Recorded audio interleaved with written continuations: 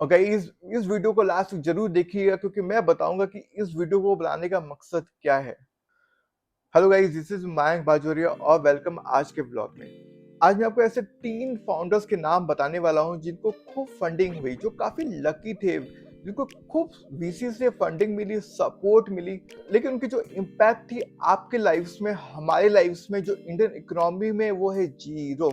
चलिए डिस्कस करते हैं। सबसे पहले आते हैं मिस्टर रविंद्रन बाइजू, हमारे जो बाइजू के को फाउंडर है। मैं आपको बता दूं कि उनको 48,000 करोड़ की फंडिंग हुई है। दुनिया के टॉप टॉप वीसीज उनको फंड किए हैं, जिसमें कि सिकोया, मार्क जकरबर्ग की ऑर्गेनाइजेशन, टाइगर, दुनिया की सबसे बड़ी टॉप वीसीज फर्म्स ने उनको फंडिंग की कि इंडियन एजुकेशन सिस्टम को चेंज करो भाई। इंडियन एजुकेशन सिस्टम वही की वही रह गई।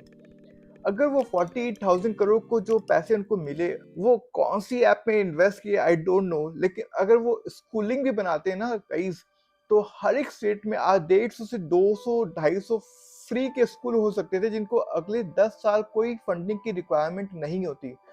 उसमें जो स्कूल के बच्चे होते हैं वो फ्री में पढ़ते अगले नेक्स्ट 10 इयर्स तक। तो आप समझ सकते हो कि 48,000 करोड़ की क्या इंपॉर्टेंस थी इंडियन इकोनॉमी में और क्या हमने मिस किया। दूसरे जो सबसे बड़े फाउंडर है वो है रितेश अग्रवाल, ओयो के फाउंडर। मैं आपको बता दूं कि जो मेरी जो स्टार्टअप है हाइपोलेटर, उसके लिए मैं काफी बार दिल्ली आता रहता हूँ, अभी भी इनफैक्ट दिल्ली में ही हूँ। और जब पहले मैं अपने फर्स्ट फेज में दिल्ली में आता था तब उनकी कंपनी ओयो की बोर्ड कहीं नहीं थी।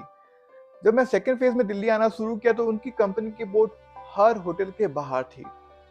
और आज जब मैं तीसरी फेज में दिल्ली आ रहा हूँ तो अगेन उनकी कंपनी की बोर्ड कहीं नहीं है। और अब आते हैं उनकी फंडिंग को लेकर। 32,000 करोड़ की फंडिंग हुई है। मैं आपको बता दूं कि अगर हाइपोलेटर को 50 करोड़ पैसे मिल जाते हैं, क्योंकि हमारी कंपनी शायद लकी नहीं थी, तो अगर 50 करोड़ की फंडिंग भी हो जाती तो हम 500 मीटर की ट्रैक बना देते, जिसको देख के दुनिया की सबसे बड़ी कंपनी हमारे संग जुड़ सकती थी। और बिलियंस लोग की जो डेली ट्रांसपोर्ट लाइफ है उसमें उसको स्ट्रगल नहीं करना पड़ता। तो ऐसी इंपॉर्टेंस होती है इस फंडिंग की, जो कि मिस्टर रितेश अग्रवाल लकी थे। लेकिन आजकल वो काफी बिजी भी है, यूके में जा रहे हैं। प्राइम मिनिस्टर ऋषि सुनक, उनके जो प्राइम मिनिस्टर है, उनके संग फोटो खिंचा रहे हैं। मैं आपको बता दूं रितेश सर, आप जो लकी थे, उससे अगर थोड़ी सी फायदे इंडियन इकोनॉमी में हो जाती तो शायद इंडिया की लाइफ चेंज हो सकती थी। तो तीसरे सबसे बड़े फाउंडर, वो मेरे भी फेवरेट है कहीं ना कहीं, वो है मिस्टर कुणाल शाह। कुणाल शाह जो कि फ्रीचार्ज के ओनर थे, जिन्होंने फ्रीचार्ज को सेल कर दिया। काफी शेयरहोल्डर्स को फायदा हुआ, लेकिन मैं आपको बता दूं कि उनकी जो नेटवर्किंग काफी अगेन वो स्ट्रांग है, उनकी जो वीसीज की सपोर्ट है काफी स्ट्रांग रही है, तो उन्होंने आपस में अच्छा खासा एक्सचेंज किया। लेकिन वो कंपनी भी कभी प्रॉफिटेबल थी नहीं। तो अगेन अब उनकी जो सेकंड कंपनी है वो है क्रेड। अब क्रेड को भी हजारों करोड़ की फंडिंग हुई है गाइस। लेकिन अगर आप कोई भी इंटरव्यू देख लो, जब उनसे पूछा जाता है कि रेवेन्यू के बारे में, प्रॉफिटेबिलिटी के बारे में, तो ऐसे बड़े बड़े बात वो करते हैं। वो काफी इलन मस्क से इंस्पायर्ड रहते हैं, काफी वैसे ट्वीट्स करते हैं जो कि लोगों को समझ में नहीं आते, लेकिन इलन मस्क से काफी मैच करने की वो कोशिश करते हैं। इनफैक्ट आजकल काफी वो एआई में भी ध्यान दे रहे हैं, क्योंकि काफी फेमस होकर रखी है एआई की टॉपिक। और आजकल अपने काफी पॉडकास्ट भी उन्होंने चला कर रखी है। लेकिन क्रेड की जो फंडिंग हुई सर, अगर आप उसमें से कुछ पैसे एक्चुअल में इनोवेटिव आइडियाज में लगाते तो हमारी फिनटेक को काफी फायदा हो सकता था, इंडियन इकोनॉमी में काफी फायदा हो सकता था। तो गाइस, अब मैं ऐसी बातें क्यों कर रहा हूँ मैं आपको बता देता हूँ। आज के समय इंडियन इकोनॉमी सबसे आगे बढ़ी, राइट? अभी सबसे ग्रोथ ट्रेजेक्टरी में इंडियन इकोनॉमी, हर जगह इंडियन टैलेंट्स की वाहवाही है।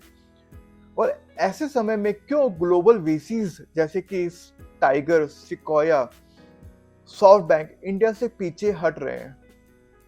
क्योंकि ऐसे जो हमारे जो टॉर्च बियरर फाउंडर्स थे, स्टार्टअप फाउंडर्स, उनके कारण इंडियन इनोवेशन बोल के कुछ रही नहीं हमारे इकोसिस्टम में। इसी साइड सैम ऑल्टमैन जैसे फाउंडर्स आते हैं और इंडियन स्टार्टअप कम्युनिटी की मजाक उड़ा के चले जाते हैं। और शायद इससे मिस्टर न्यायमूर्ति, जो कि इंडिया के फर्स्ट स्टार्टअप फाउंडर रहे हैं, उनको ये बोलना पड़ा कि जो इंडियन स्टार्टअप इकोसिस्टम है वो एक पॉन्जी स्कीम की तरह होती जा रही है। तो गाइस, मैं आपको बता देता हूँ कि इन टॉर्च बियरर्स के कारण ही आज जो एक्चुअल जो इनोवेटिव स्टार्टअप्स है, जैसे कि हाइपोलेटर और जैसे कि कई सारे स्टार्टअप है जो जिनको फंडिंग होनी चाहिए थी एक्चुअली, जो कि इनोवेटिव है, उनको फंडिंग नहीं हो रही है। और अब शायद नेक्स्ट 1 साल 2 साल उनको फंडिंग नहीं हो सकती। तो एनीवे गाइस, अगर ऐसे इंपॉर्टेंट कंटेंट्स के लिए इस चैनल को सब्सक्राइब नहीं किया तो अभी कर लो। काफी ऐसे इंपॉर्टेंट कंटेंट्स आते रहते हैं।